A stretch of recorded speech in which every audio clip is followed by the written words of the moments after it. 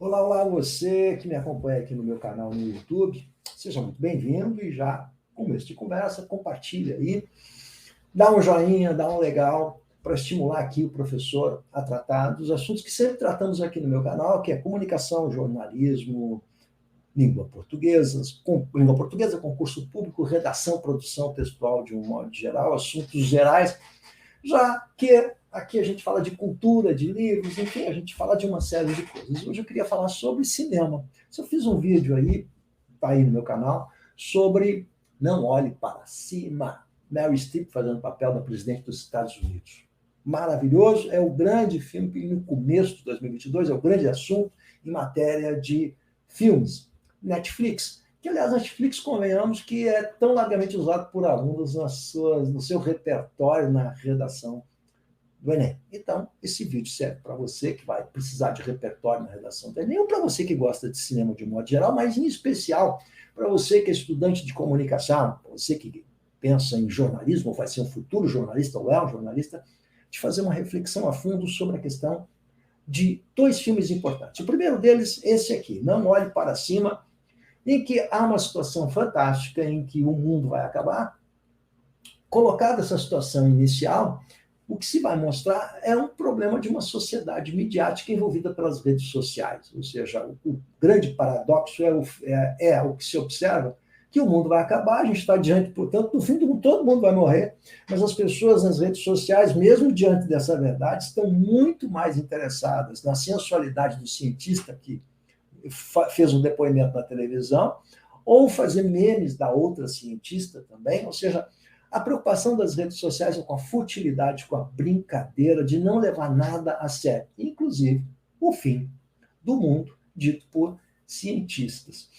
Mas, mais do que isso, também o Não Olhe Para Cima, num dado momento, se contrapõe ao Não Olhe Para Baixo, então a gente está falando sobre a pós-verdade, ou seja, cada um acredita naquilo que quer acreditar. Quando? Mesmo diante de um fato evidente, basta olhar para cima, ainda assim, componentes emocionais mudam esses componentes, a perspectiva das pessoas, e é assim que funciona a pós-verdade. O que é a pós-verdade? Né? A reconstituição de um fato pelo ponto de vista emocional, negando os fatos e as evidências científicas, basta olhar para cima, mas as pessoas preferem olhar para baixo.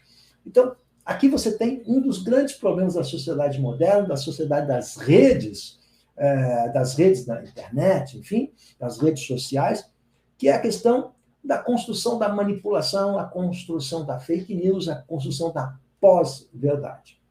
Não que o assunto pós-verdade, não que o assunto fake news seja um assunto exclusivo do século em que vivemos. Não, em absoluto, isso já era discutido também, mas de outra maneira, antes das redes sociais.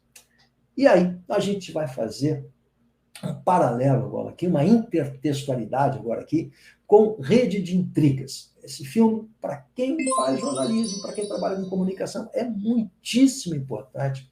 Por quê? Porque resgata algumas coisas na história da comunicação e da mídia de massa que são muito importantes para a gente fazer um paralelo com o Não Olhe Para Cima. Nós estamos em 1976. O Sidney Lumet é que é o diretor. O filme é indicado para ganhar 10 Oscars, né? E ganha 4 Oscars, inclusive de melhor ator, com William Holden fazendo um papel excepcional. E a Faye Dunaway, melhor atriz também, ganha o Oscar de melhor atriz. Basicamente, a história trata do quê? Nós estamos em 76, portanto, é a televisão que impera. Vai tratar exclusivamente de como funciona por dentro as engrenagens de uma grande rede de TV e a sua luta pela audiência e como ela, na luta pela audiência, manipula essa audiência, manipula esses espectadores que ficam completamente voltados para a televisão. Como a televisão que é uma verdadeira caixinha mágica. Você observa que essa era a realidade na década de 70. Não havia rede social, e era o espectador passivo, que assistia passivamente os telejornais, as telenovelas, enfim, os produtos apresentados pelas grandes redes de TV. Olha como esse filme ele conversa com aquele momento histórico de uma maneira absolutamente notável. A história é baseada no quê? Um apresentador da televisão, já velho e decadente, não atrai mais audiência, e ele é informado de que vai ser despedido. diante desse fato da realidade, anuncia que vai se matar diante das câmeras. Criou-se o caso. Ocorre que ele passa a ter um surto diante das câmeras e começa a vociferar, a falar com muita raiva e expressão da raiva que é um retrato daquele momento histórico, das ambições daquele homem urbano de uma grande cidade americana, preso pelo desemprego, pelos problemas sociais que a vida urbana apresenta, e ele precisa colocar isso tudo para fora, ele precisa expressar isso. Então aí vem a ira, aí vem a raiva. Ele está diante de um surto psicótico. Mas o incrível de tudo isso é que a rede de TV percebe naquele surto e naquela fala daquele personagem um momento de ganhar audiência. A Faye Dunaway faz esse papel da executiva, bem um retrato de uma executiva norte-americana de uma rede de TV, em que ela está preocupada única e exclusivamente em galgar degraus, né, em conseguir audiência. E a audiência é o ponto fundamental para uma grande rede de TV. Vamos dar uma olhadinha aqui. Deixa eu mostrar para vocês uma parte aqui do filme. The coder. Punks are running wild in the street, and there's nobody anywhere who seems to know what to do, and there's no end to it. We know the air is unfit to breathe, and our food is unfit to eat. We sit watching our TVs while some local newscaster tells us that today we had 15 homicides and 63 violent crimes, as if that's the way it's supposed to be. We know things are bad, worse than bad. They're crazy. It's like everything everywhere is going crazy, so we don't go out anymore. We sit in the house, and slowly the world we're living in is getting smaller and old. Exatamente isso. Ele está tendo esse surto, você pode ver muito bem como é que acontece esse surto aqui. Ele está enlouquecido. E a rede de TV começa a ganhar audiência, as pessoas começam a perceber que podem ganhar dinheiro com aquilo. E aí vão investir naquele surto psicótico.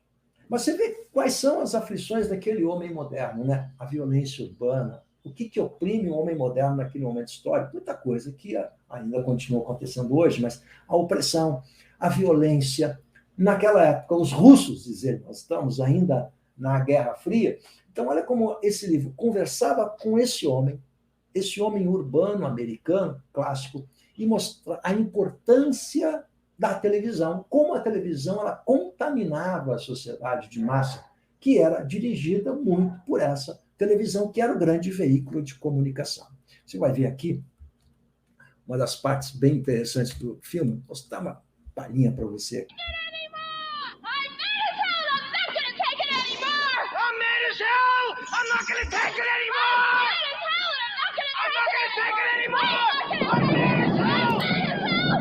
Exatamente isso que acontece, né? Isso é uma curiosidade. Isso nos remete a algo e a uma reflexão, agora falando de Brasil. Vamos trazer essa realidade para o Brasil? Nós estamos falando da década de 70, e nessa época, gente, o Brasil parava em função do último capítulo da telenovela. Talvez você não lembre isso, talvez você não tenha vivenciado isso, mas todo mundo assistia o último capítulo da telenovela. As ruas ficavam vazias, os mercados ficavam vazios, porque todo mundo estava assistindo ao final da telenovela. E quando eu falo todo mundo, eu estou falando todo mundo mesmo, porque é o pai, a mãe, os filhos, as crianças, os adolescentes, todos envolvidos no final. O grande assunto era o final daquela telenovela. Então você olha a importância que as telenovelas tiveram no comportamento do brasileiro nos últimos 30, 40 anos.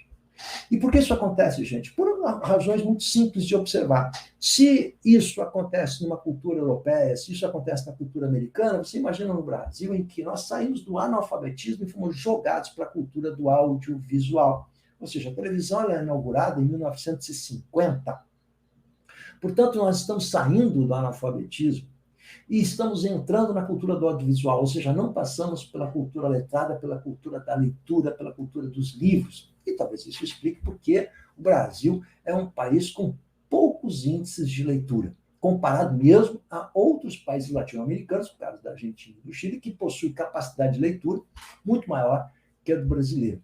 Isso explica um pouco da cultura do brasileiro, da importância que a televisão vai ter na cultura do brasileiro. Basta lembrar que era também nessa época, década de 70, década de 80 e década de 90, em que as famílias clássicas brasileiras tinham em cada peça da casa um aparelho de televisão, mas não havia livros. Não é? Havia aparelho de televisão, mas não havia livros. Ou seja, eu lembro muito bem, na minha adolescência, que na minha casa ficavam ligadas as televisões o dia inteiro, mesmo que não tivesse ninguém assistindo aquela televisão. Ou seja, éramos regidos pela televisão. E quando eu falo isso, eu não estou falando de manipulação, eu não estou falando de fake news, não, eu não estou falando disso. Eu estou falando de como a televisão criou comportamento e cultura. Ou seja, eu estou falando aqui com gente que está com 40 anos e que foi educada pela Xuxa. Ou seja, o sonho daquela menina, que hoje tem 40 anos, é mãe de família, era poder usar aquela bota branca acima do joelho que a Xuxa usava. Eu estou falando com pessoas que usavam um brinquinho da moda daquela artista, personagem central daquela telenovela que usava um brinquinho igual, ou aquele jovem que usava um lenço na cabeça e daqui a pouco todo mundo estava usando aquele lenço. Ou seja, inquestionavelmente, a telenovela e a televisão ela moldou comportamentos na sociedade brasileira. Ou seja, ela estabeleceu padrões de comportamento e estabeleceu até hoje que estão enraizados esses padrões, esses valores. Ou seja, os nossos valores como sociedade, os nossos valores neoliberais, a importância do trabalho na sociedade brasileira, por exemplo, tudo isso nos é vendido, perpassado pela televisão brasileira. Aí vem a importância da televisão. E a televisão, nesse momento histórico tão grave, ela acaba substituindo a escola na função de passar justamente essas informações para essa sociedade midiática e moderna. Ou seja, a escola perde importância e a televisão é que ganha importância como formador de uma massa de pessoas consumidoras que trabalham numa grande sociedade, que precisam trabalhar para produzir, enfim, todo esse mundo cultural que nos foi passado de herança, e é passado, sim, pelo fenômeno das mídias de comunicação de massa. Rede de Intrigas, portanto, conversa com a modernidade do mundo na década de 70, era um filme extremamente atual, mas ele ainda permanece atual à medida que ele revela a importância dos meios de comunicação de massa numa sociedade de consumo, como a sociedade brasileira, que infelizmente não tem a cultura crítica, letrada, e que, portanto, se deixa envolver, se deixa manipular com muita facilidade pelas redes sociais. Ou seja, vivemos uma sociedade midiática, e os meios de comunicação, sejam eles a televisão, sejam eles as redes de comunicação de um modo geral, as redes como Instagram e Facebook, não importa qual seja a tecnologia, vivemos submetidos a essa realidade. A reflexão que nós temos, portanto, é essa. A luta pela audiência, que é o que nós encontramos em Rede de Intrigas, é a mesma luta de audiências que a gente percebeu, por exemplo, estou bem lembrado disso, na década de 90, pela audiência dos domingos à tarde. SBT, Gugu Liberato e Fausto Silva na Globo.